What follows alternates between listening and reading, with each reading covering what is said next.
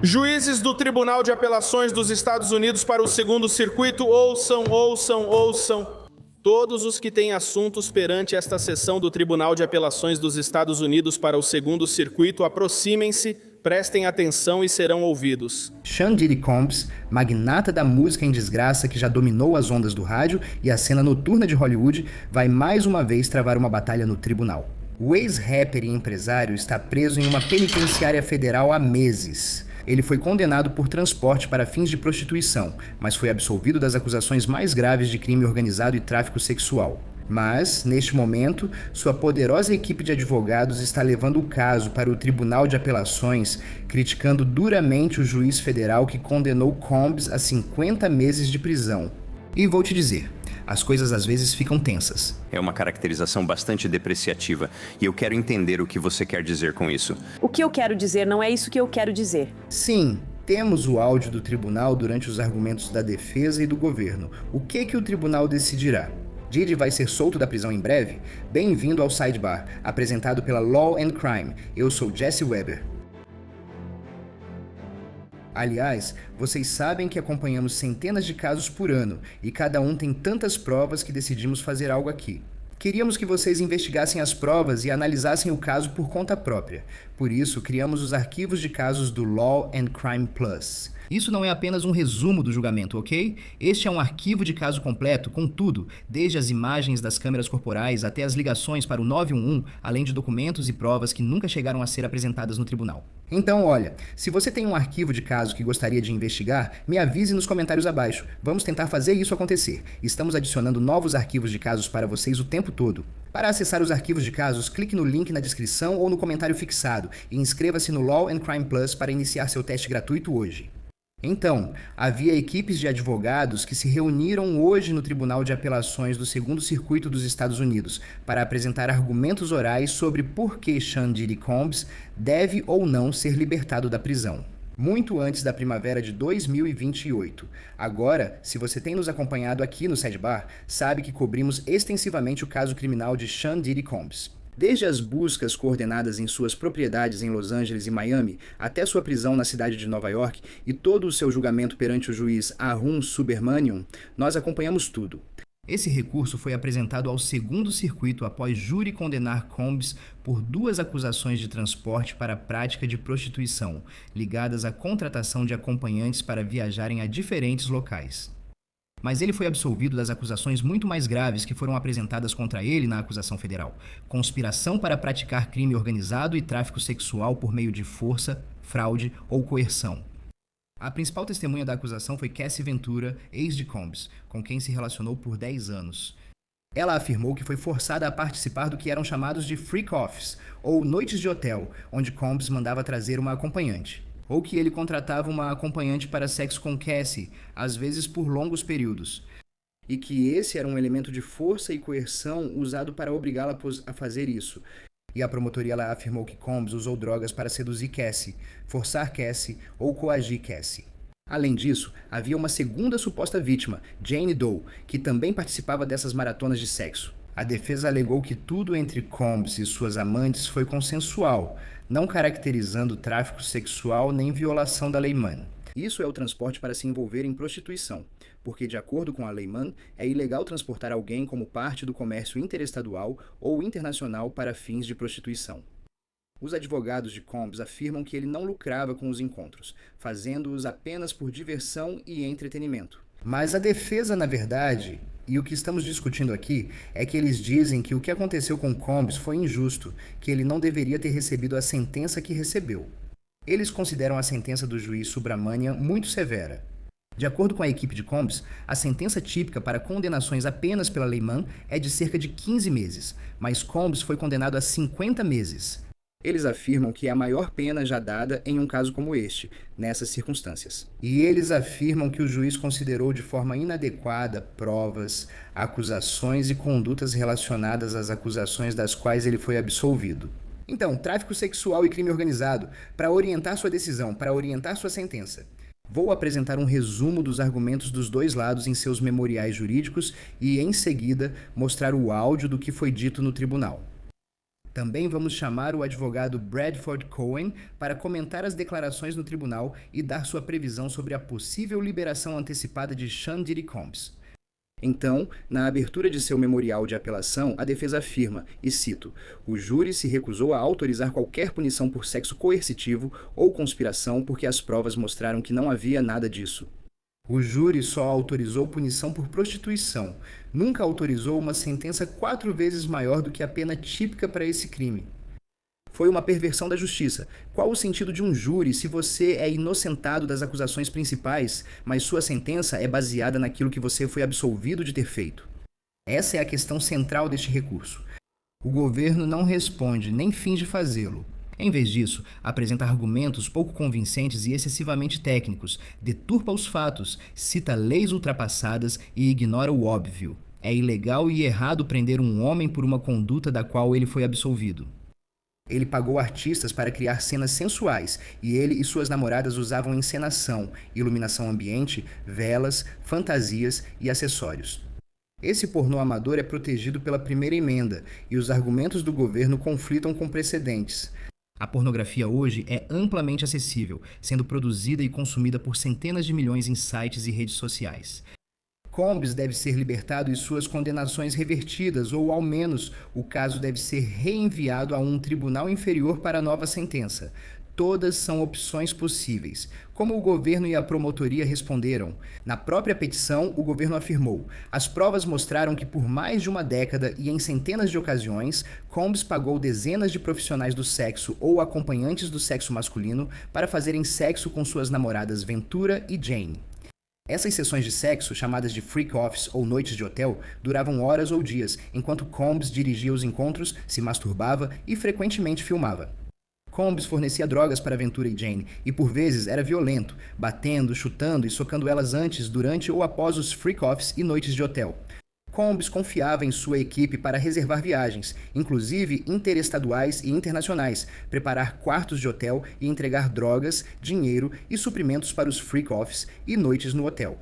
Segundo Combs, o Tribunal Distrital deveria ter ignorado como ele cometeu crimes sob a Lei Mann e abusou das vítimas, espancando-as, ameaçando-as, mentindo e fornecendo drogas. Fazer o contrário, diz Combs, violaria a Constituição e seria injusto e desleal. Combs está errado. Agora, além de apresentar esses memoriais, ambos os lados tiveram a oportunidade de apresentar seus argumentos pessoalmente, argumentos orais, ao colegiado de 3 juízes do Tribunal de Apelação. Novamente, o segundo circuito. Alexandra Shapiro, que defendeu Combs no julgamento original no Tribunal Distrital, falou primeiro, mas logo foi interrompida por um dos juízes. Este caso destaca a importância de respeitar os veredictos do júri e manter a confiança no sistema de justiça criminal. Vários juízes já questionaram a constitucionalidade da fixação da pena com base em condutas pelas quais o réu foi absolvido. McClinton deixou claro... Na verdade, vou interromper aqui mesmo e agradeço que você esteja começando com tudo isso. Se você ia para a questão da sexta emenda, era aí que você queria chegar? Não exatamente. Ok, eu vou. Por que não começamos com seu argumento de que considerar condutas pelas quais houve absolvição violaria a sexta emenda? Vamos colocar assim. Mas Shapiro voltou ao ponto, argumentando que o tribunal errou ao parecer usar questões das quais Combs foi absolvido, condutas das quais ele foi absolvido, para basicamente dar a ele uma punição mais severa. Essa é a alegação. O seu argumento não é, na verdade, que o governo está fazendo aqui é misturando uma coisa com a outra? Eles estão pegando provas das acusações das quais ele foi absolvido para tentar embasar a acusação sob a Lei Mann? Sentença para fins da Lei Mann, mas nada disso foi apresentado ao júri para fins da Lei Mann. Isso é um resumo do que estamos... Isso é justo. Ele está misturando as coisas, é isso que ele está fazendo, certo? Quero dizer, o Tribunal Distrital aqui usou as provas que foram usadas para apoiar o caso de Rico e tráfico sexual do governo para estabelecer a penalidade sob a Lei Mann. Correto. E ele encontrou coerção quando o Tribunal Distrital, quando o júri não havia encontrado coerção, inclusive em relação àquelas 2 situações específicas, porque o governo fez esses argumentos e disse expressamente ao júri, corretamente de acordo com as instruções do júri, que se eles encontrassem coerção, cada uma dessas situações teria sido suficiente para condenar pelo crime de tráfico sexual. Houve orientações para restringir o uso de certas provas dadas ou solicitadas durante o julgamento, de que certas provas só seriam admissíveis em relação a algumas das acusações específicas? Não, e isso realmente não teria funcionado aqui. A procuradora assistente dos Estados Unidos, Christy Slavitt, representou o governo no julgamento e apresentou seus próprios argumentos, mas também foi criticada por juízes de apelação. A juíza Subramani considerou de forma inadequada a maneira agravada como o réu cometeu suas infrações à lei Mann. O que é claro... Confuso. Aggravated manner. Let's talk about that. Por que não devemos responsabilizá-lo pela condução da acusação? Você foi ao júri e disse: este homem fez todas essas coisas terríveis para fins de conspiração rico, para fins de tráfico sexual, e eles o absolveram. E então, sobre a lei Mann, foi apenas algo secundário, e você o colocou lá. Eu não acho que houve qualquer evidência, nenhum testemunho presencial. Apenas disse: olhem para isso. Você disse: olhem para esses gráficos. E agora você quer que confiemos em toda essa conduta absolvida que foi apresentada ao júri e que presumivelmente foi rejeitada, para permitir que o Tribunal Distrital a utilize no cálculo das diretrizes. Então, por que deveríamos responsabilizá-lo pelo que você apresentou ao júri? Excelência, eu tenho várias respostas. A primeira é que grande parte da conduta na qual o Tribunal Distrital se concentrou ao impor a sentença não foi conduta absolvida. Na verdade, foi admitida, conduta admitida. A violência física extrema que ocorreu no contexto desses encontros sexuais bizarros. Eu entendo tudo isso, eu compreendo, mas essa não é a minha pergunta para você. A teoria é, se o governo apresentou esse argumento, não quer dizer que o júri o aceitou sem considerar outras opções. Não acho que essa conclusão seja justa. O que estamos tentando fazer aqui é descobrir onde traçar essa linha. Então, o júri absolveu em certas coisas e condenou em outras. Em que o júri deve se basear? Você não acha que eles estão ouvindo com atenção o argumento final? Isso não será muito importante para eles? Claro, meritíssima, claro. Mas o júri, neste caso, foi devidamente instruído sobre cada elemento da lei Mann e teve que considerar que cada elemento da lei Mann foi cumprido além de qualquer dúvida razoável. Shapiro teve agora a chance de uma breve réplica pela defesa. Só para concluir, 12 nova-iorquinos tiraram 2 meses de suas vidas para servir neste júri. Eles ouviram 34 testemunhas, analisaram milhares de mensagens de texto, vídeos e outras provas e deliberaram por 2 dias e meio. O veredito unânime deles foi de absolvição nas acusações mais graves. E o júri não autorizou punição por tráfico sexual ou conspiração, mas foi isso que determinou a sentença. Aqui nós apresentamos provas, as provas que minha colega da parte contrária descreve, que eu peço aos senhores para analisarem, que estão no processo 5.104. O Tribunal Distrital mostra que essa foi a sentença mais alta já aplicada para esse tipo de acusação com esse tipo de histórico criminal. E para concluir, este recurso foi agilizado. Na verdade, eu esqueci de dizer, vamos nos basear em nossos memoriais. Defendemos a reversão das condenações, mas caso o tribunal não faça, o recurso foi agilizado. E nós entendemos a complexidade da questão e a importância da decisão e respeitosamente solicitamos que o tribunal, independentemente do resultado, se esforce para decidir o caso o mais rápido possível. Antes de chamar Bradford, o painel de 3 juízes analisará os argumentos orais, os memoriais e decidirá conforme a jurisprudência. A decisão será informada depois. Vamos reservar a decisão como sempre. Agradeço aos advogados de ambos os lados. Este caso é especialmente difícil. Esta é uma questão inédita, não só para este tribunal, mas aparentemente para qualquer tribunal federal de apelação do país. Agradecemos a qualidade dos memoriais e argumentos apresentados por ambos os lados. Muito obrigado. E com isso concluímos os trabalhos para os quais este tribunal foi convocado hoje. E eu pediria que a sessão fosse encerrada. E, de acordo com o Departamento Federal de Prisões, a data provisória de soltura de Cohn é 15 de abril de 2028. Existe a possibilidade, sob uma lei específica, de que ele possa até ser liberado antes, mas teremos que esperar para ver. Agora eu quero falar sobre isso. Dê uma prévia do que pode acontecer. O que devemos tirar disso? Vamos trazer de volta Bradford Cohen, renomado advogado criminalista das celebridades. Bradford, faz tempo que você não aparece no sidebar. Sei que esteve ocupado, mas é bom tê-lo de volta. Estou feliz por estar aqui. Agora, de modo geral, Um tribunal de apelação, quando você está ouvindo os argumentos, eles meio que pressionam os dois lados. Você consegue adivinhar o que eles vão fazer com base nas perguntas deles? Sim, às vezes. Acabei de fazer uma sustentação oral no 3º DCA Divisão de Apelação em Miami. E as perguntas, quando você meio que... Você consegue perceber, mesmo que eles pressionem os dois lados, você consegue identificar quais são os principais obstáculos a partir das perguntas que eles fazem, certo? Eles vão questionar ambos os lados sobre diferentes questões. Mas, no geral, você vai conseguir perceber, ok, é aqui que eles estão focando. Eles estão focando, sabe, se é uma busca ilegal ou algo assim.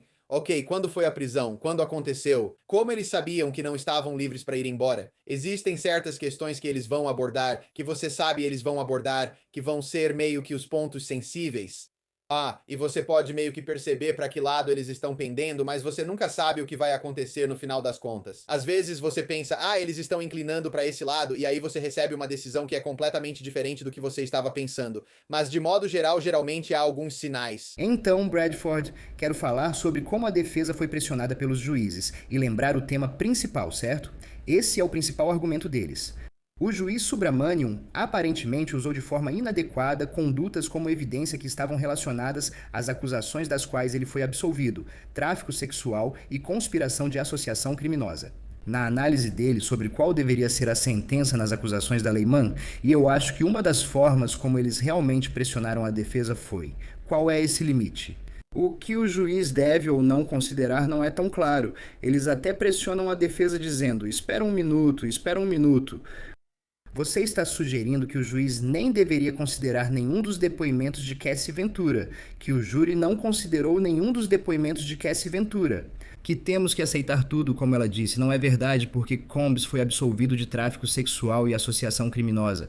Você está sugerindo isso? Só porque ela depois que houve um freak-off? Isso quer dizer que não houve? E a defesa rebateu isso, dizendo: não estamos sugerindo isso. Porque realmente ficou complicado. Isso se torna complicado. Que parte do depoimento dela você deve considerar? Que parte das alegações dela você deve considerar? Digo, o depoimento dela é prova produzida no julgamento. E foi esse tipo de coisa que eu acho que ficou complicado, e é até complicado explicar isso. Então, eles estavam realmente pressionando sobre o que pode e o que não pode ser considerado. E não é tão simples assim. É engraçado. Mesmo se eu estivesse olhando do lado da acusação ou da defesa, acho que seria relativamente simples, certo? Ele foi condenado por um crime de atravessar as fronteiras estaduais com o objetivo de prostituição. Então, qual testemunho seria permitido que apoiasse esse crime e qual testemunho seria permitido que não apoiasse esse crime? Isso é irrelevante, são só outras coisas mencionadas de má índole, más evidências. Fatos dos quais ele foi absolvido não deveriam ser permitidos. Sou uma pessoa simples, reduzo tudo ao essencial. É assim que argumento esses casos nos tribunais de apelação e comuns. Eu digo algo como: ei, escuta, é aqui que eu acho que estão os limites. Ele foi condenado por isso. Testemunhos que apoiam isso são apresentados, assim como testemunhos que não apoiam isso. Se ela foi ou não abusada fisicamente, se houve ou não tráfico sexual, todas essas outras coisas que eram estranhas a isso, eu excluiria do argumento. Então, quando o juiz Subramanian, quando ele tomou essa decisão, ele não fez distinção, tipo, ele não traçou nenhuma linha clara do tipo: olha, esse é outro testemunho, eu nem vou considerar isso. Acho que é irrelevante. Aqui está o que eu vou considerar e aqui está o motivo pelo qual vou considerar. Isso tira as decisões do Tribunal de Apelação, as decisões dos tribunais de apelação, porque agora estou explicando para todos o que eu usei e por que eu usei isso. Então, o contra-argumento para isso seria, e depois vou falar sobre o que os juízes disseram. O contra-argumento do governo é basicamente, eles disseram de novo: o que você está dizendo? O Tribunal Distrital, o juiz deveria ter ignorado como essas violações da Lei Mann ocorreram. Havia um nível de gravidade, havia muita coisa, há aspectos nisso que pesaram na decisão. Sim, isso influenciou as acusações de tráfico sexual e a conspiração de atividade criminosa organizada. A sobreposição e também é um fator na Lei Mann. Certo? E é isso que eu sempre digo, que o governo sempre gosta de fazer isso, certo? E o governo sempre gosta de encontrar condutas indevidas que eles possam atribuir à sentença, que eles possam atribuir a outras coisas. Há jurisprudência que afirma que condutas pelas quais houve absolvição não podem ser consideradas na sentença. Então, sim, os juízes normalmente precisam ignorar certos fatos que ouviram no julgamento pelos quais o indivíduo foi absolvido. Então, agora, quando você vai para a sentença, o juiz necessariamente finge que não ouviu essas outras coisas? Não, isso sempre acaba sendo considerado. Agora, se o juiz vai dizer isso em voz alta ou não, essa é a diferença. Tipo, olha, estou considerando essas coisas. É aí que o juiz comete um erro. Os juízes inteligentes não dizem isso. Eles apenas dão aquela olhada de 5 anos. E o problema é que o júri não volta com o veredito dizendo o que considerou ou não considerou. Eles não dizem, acreditamos nisso, não acreditamos naquilo. Então isso é o que complica muito as coisas. Para este tribunal que houve este recurso, e talvez para o juiz Subramanian.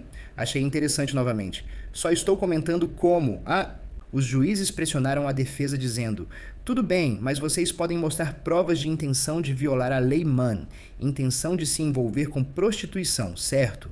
Então a ideia é, se há uma conduta que mostra que Didi pretendia se envolver com prostituição, e isso meio que se sobrepõe, você sabe, às provas de coerção, por que isso não pode ser considerado? E eu não acho que deveria ser, mas essa é a minha opinião. Certo. Pelo que entendo da lei, isso não deveria ser levado em conta. É como chorar pelo leite derramado, parece só a promotoria dizendo algo como conseguimos pegá-lo por alguma coisa. Desde o início desse caso, acho que foi mal conduzido. Então, não quero voltar totalmente para a minha previsão. No dia em que ele foi acusado, eu disse, isso só vai dar em condenação pela lei Mann, porque não acho que ele vá ser considerado culpado por nenhuma dessas outras coisas. Porque todo mundo estava participando dessas coisas. Ela estava fazendo ligações, as outras garotas estavam fazendo ligações, não quero entrar nos detalhes disso.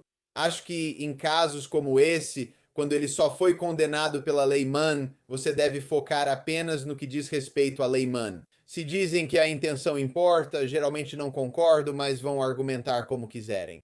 É muito difícil conseguir reverter casos em apelação no Tribunal Federal. Vou te dizer que é muito raro, acontece, mas não acontece com frequência.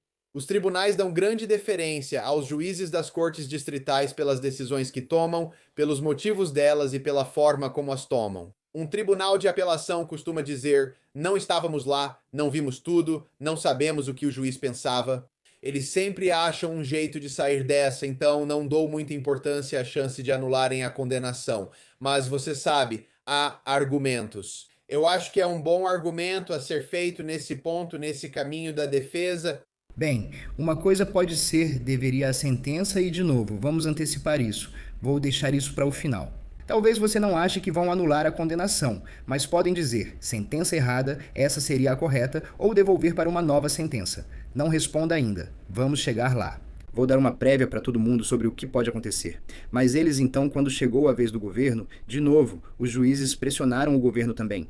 E uma das coisas que eles disseram foi, sabe, de novo, estamos tentando entender o limite sobre o que deve ser considerado e o que não deve ser considerado em relação à sentença. E uma das coisas que eles pressionaram o governo foi tipo, vocês estão dizendo que nunca existe conduta pela qual ele foi absolvido porque pode se sobrepor com aquilo pelo qual ele foi finalmente condenado? E o governo até reconheceu, sim, existe uma área cinzenta aqui. E eu achei isso interessante, sabe? Pressionar o governo nesse ponto também. E basicamente dizer, vocês consideraram as acusações com base na Mann Act quase como algo secundário. Vocês focavam em tráfico sexual e conspiração ligada ao crime organizado. Explique-se. Sim. E essa é a parte com a qual eu concordo com eles. Tipo, eu realmente acho que deveria haver um critério claro sobre o que entra ou não. E eu acho que este tribunal está em uma posição perfeita para realmente criar um critério claro para, ok, isso é o que entra e isso é o que não entra. Olhando para a jurisprudência passada, olhando para casos em que eles anulam condenações por permitir que condutas pelas quais a pessoa foi absolvida sejam consideradas na sentença, este é o tribunal ideal para isso. Acho que volta e eles são ressentenciados, vou fazer uma previsão. Se isso acontecer, seria uma vitória incrível. Se isso ocorrer, o juiz da instância inferior diria, ok, não vou considerar isso, mas mesmo assim, ainda darei a eles 50 meses. Existem muitas formas de se dar mal aqui, sem trocadilhos. Há 1 milhão de maneiras de as coisas acontecerem aqui que vão acabar no mesmo lugar em que ele está agora, o que eu acho que pode acontecer na instância inferior. Uma questão que surgiu foi: qual é a faixa de pena? Tipo, um juiz de primeira instância tem autoridade legal para ir além do que normalmente se vê em uma sentença para esse tipo de acusação, certo? Quero dizer, a defesa disse: você nunca viu alguém ser condenado a uma sentença tão severa por violações da lei Mann como essa antes. Eu não sei se isso é verdade ou não. Me diga se já viu alguém ser condenado a 4 anos. Eu não vi isso. Você não viu isso. Então, um juiz de primeira instância tem a total discricionariedade para ir para o extremo aqui? Porque talvez esse seja um caso diferente. Podem haver fatores agravantes extremos. Então, sabe, quando olhamos para a sentença, sempre analisamos assim: qual é a faixa de pena prevista em lei, certo? Então, a faixa legal, digamos que seja de 48 meses a 74 meses, ou seja lá qual for, ou de 24 meses a 74 meses, seja qual for a faixa legal, se o juiz te sentenciar no topo dessa faixa ou na parte inferior dessa faixa. De modo geral, um tribunal de apelação não vai dizer: ok, só porque todo mundo que foi acusado de fraude pegou só 24 meses, mas você foi acusado de fraude e pegou 74 meses, nós vamos anular a decisão do juízo de primeira instância desde que esteja dentro dessa faixa. Agora, se ultrapassar essa faixa ou ficar abaixo dessa faixa, é aí que surgem as questões. Eles tinham evidências e razões suficientes, porque eles precisam apresentar razões orais e escritas para explicar por que ultrapassaram ou ficaram abaixo dessa faixa. Nessa hora, os tribunais de apelação se envolvem e começam a questionar, apenas apontando que algo está fora do normal. Sabe, quem é acusado desse crime geralmente não recebe uma pena tão longa, mesmo estando dentro do limite que o juiz pode aplicar. Normalmente as pessoas não cumprem esse tempo. É difícil convencer um tribunal de apelação a mandar o caso de volta para redefinir a pena. E quanto a essa ideia de que isso era pornografia amadora protegida pela primeira emenda? E é isso que a defesa parece sugerir que tudo isso seja. Acho que é criativo. Não sei se isso convence, eu diria que não. E vou te contar uma história engraçada. Eu tive um caso que envolvia prostituição com pessoas desse tipo, as pessoas estavam contratando prostitutas e coisas desse tipo, mas o réu, meu cliente, era mais esperto porque ele realmente fazia contratos que as pessoas assinavam quando chegavam na porta, dizendo que aquilo era uma espécie de pornô amador. E isso realmente funcionou no caso dele. Isso eu não acho que vai resolver a situação. Esse argumento, na minha opinião, é um argumento para quando você vai perante tribunais de apelação. Normalmente você organiza seus argumentos do mais forte para o mais fraco. Eu diria que esse provavelmente está mais para o lado dos argumentos mais fracos. Não é um grande argumento, é um argumento baseado na primeira emenda. Não vejo um tribunal de apelação dizendo: sim, isso é pornografia amadora. Vamos falar sobre quando eles podem decidir. Isso acontece hoje? Isso acontece em algumas semanas? Isso acontece em alguns meses? Quero dizer, a grande manchete de hoje é: ele vai ser solto da prisão hoje? Isso não necessariamente aconteceria, certo? Não necessariamente. Aliás, até o momento em que eu gravo isso, a gente já saberia. Quero dizer, isso é, então vamos só, porque estamos gravando isso. Então que tal isso? Ele vai ser solto amanhã? Vamos ficar com isso. Jay não vai ser solto hoje nem amanhã. Sabe, quando está diante do tribunal de apelação, vou contar outra história engraçada. Atendi um caso em Orlando em que o jovem tinha sentença de 0 a 6 meses, podendo receber liberdade condicional ou até 6 meses de prisão. O tribunal se afastou dessas diretrizes e deu a ele 24 meses de prisão. Eu recorri. O recurso levou 20 meses. Então, quando voltei perante o juiz para refazer a sentença, ela foi revertida. Voltou. Quando voltou, ele já tinha basicamente cumprido sua pena. Ele cumpriu 20 dos 24 meses. Quando voltamos, parecia que eu podia falar o que quisesse, pois o juiz daria os 24 meses novamente, só que corretamente. Mas o garoto já estava sendo solto naquele dia. Aqui não é o caso. Ele já está preso há tempo suficiente para que fosse solto por qualquer motivo. Então não há chance de eles voltarem em um mês e dizerem: analisamos o caso, a pena dele deveria ter sido equivalente ao tempo já cumprido, ordenamos sua libertação imediata.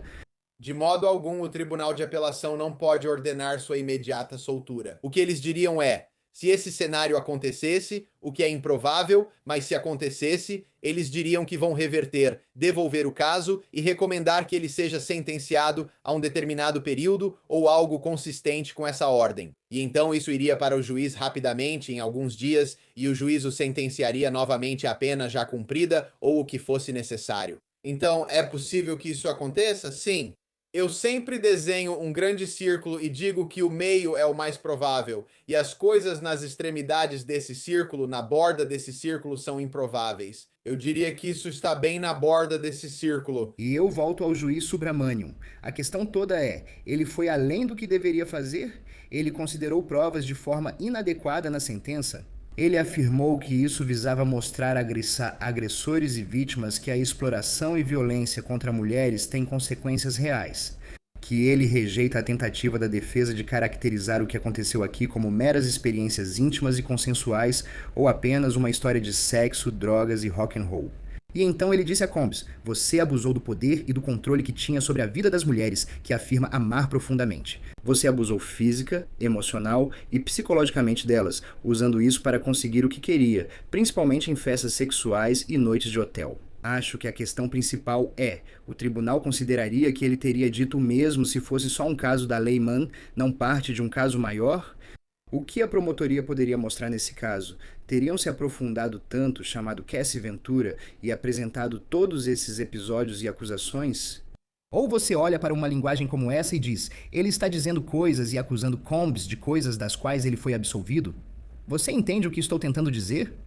Entendo o que você quis dizer e concordo com sua segunda análise, principalmente quando ele afirma que você abusou dela e fez tudo isso. A primeira frase que ele diz, ok, juízes dizem isso o tempo todo. Estou mandando uma mensagem para X, Y, Z. Estou fazendo isso por causa de X, Y, Z. Raramente tribunais de apelação dizem isso é impróprio. Isso ocorre em casos de assassinato, abuso sexual e pornografia. Essa não é a principal questão. A questão aparece no final quando ele diz você abusou dessas pessoas, fez isso e aquilo. E algumas dessas coisas nem deveriam ter sido consideradas na avaliação do que ele está decidindo, e eu disse isso desde o começo.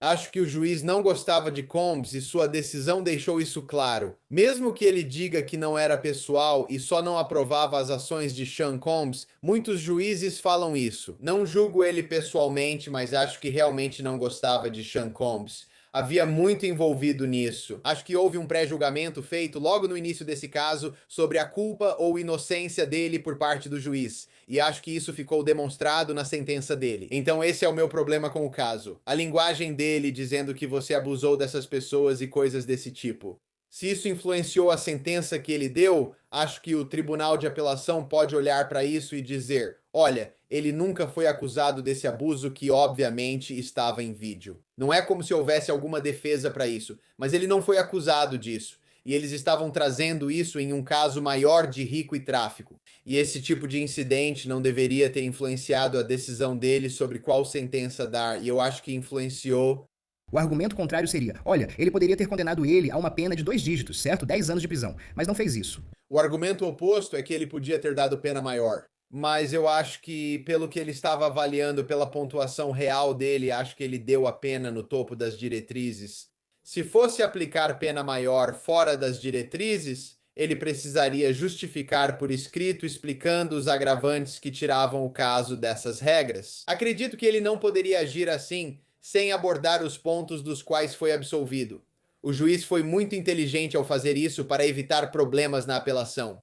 A maioria dos bons juízes federais pensa no que o Tribunal de Apelação vai considerar. O tribunal pode fazer e por que e como posso evitar que eles revertam minha decisão, porque nenhum juiz federal quer ter sua decisão revertida. Bradford Cohen, é uma situação complicada, mas você explicou da forma mais simples possível para que a gente entendesse. Muito obrigado por me receber. Agradeço de verdade. Muito obrigado por me receber. Muito obrigado por participar. Eu nem sei mais o que estou dizendo. Eu sou complicado. Agora estou confuso. Muito obrigado por dedicar seu tempo, senhor. Sempre bom te ver. É tudo o que temos para vocês agora aqui no Sidebar, pessoal. Muito obrigado por nos acompanharem. E como sempre, por favor, inscrevam-se no YouTube, Apple Podcasts, Spotify ou onde quer que vocês ouçam seus podcasts. Vocês podem nos assistir na Peacock da NBC. Me sigam no X, Instagram e no Jesse Weber Live, na News Nation, de segunda a sexta, 23 horas. Leste dos Estados Unidos. Até a próxima.